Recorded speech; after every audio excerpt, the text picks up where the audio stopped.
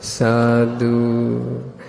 අද විශේෂයෙන් මේ උතුම් වූ ධර්ම දාන පින්කම තවත් බොහෝ පින්කම් සමූහයක් එක්ක මේ විදිහට සූදානම් කළේ පින් කරමු එක්ව අපි සත්පුරුෂ කැල. ඒ පින්වතුන්ලට බොහොම කරුණාවෙන් කල්යාණ මිත්‍රත්වයෙන් අනුශාසනා කරන්නේ අපි පූජ්‍ය ගන්නෝරුවේ දීපානන්ද ස්වාමීන්ද්‍රයන් වහන්සේ. අපේ ස්වාමීන් වහන්සේ ඇතුළු පින් කරමු එක්ව අපි සමූහයේ ඒ නිර්මාතෘ ප්‍රසන්න කරුණාතිලක මහත්මයා ඇතුළු කොට එක්ව සිටින දෙස් විශේෂ සදහැවත් පිරිසට අද මේ 17 වන පින්කම බලාපොරොත්තු වුණටත් වඩා ඊටාම සොඳුරු ලෙස කරගන්නට මහත්සේ ආශිර්වාද කළා.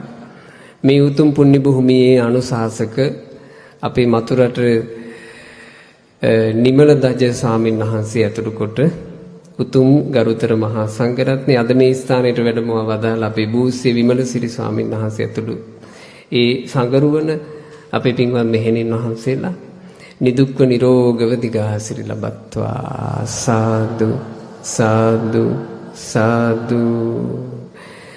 පින් කරමු එක්ක අපි කියන වචනෙත් ලස්සනයි. පින් කරමු එක්ක අපි. බුදුරජාණන් වහන්සේ දේශනා කළා මෙහෙම. ලද්ධාන මානුසත්තං මිනිසෙක් වෙච්ච වෙලාවේ දුර්ලභ මනුස්ස ජීවිතය ලැබු වෙලාවේ ද්වේ කිච්ඡං කටයුතු දෙකක් අනිවාර්යෙන් කරගන්න.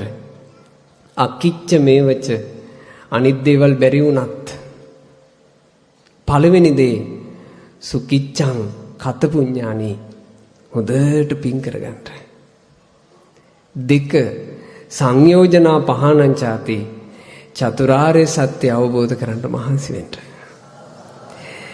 මිනිසෙක් වෙච්ච වෙලාවේ බුද්ධ ශාසනය මුණ ගැහිච්ච වෙලාවේ කෙනෙක් කරගත යුතුම කටයුතු දෙක හොඳට පින් කර ගැනීමත් කරන පිනක් ගානේ චතුරාර්ය සත්‍ය අවබෝධයේ පතාගෙන පින් කිරීමත්.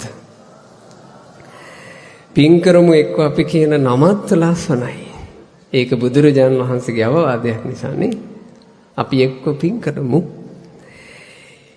අපි චතුරාර්ය සත්‍ය අවබෝධයේ ඉලක්ක කරගෙන එක්ක පින් කරමු.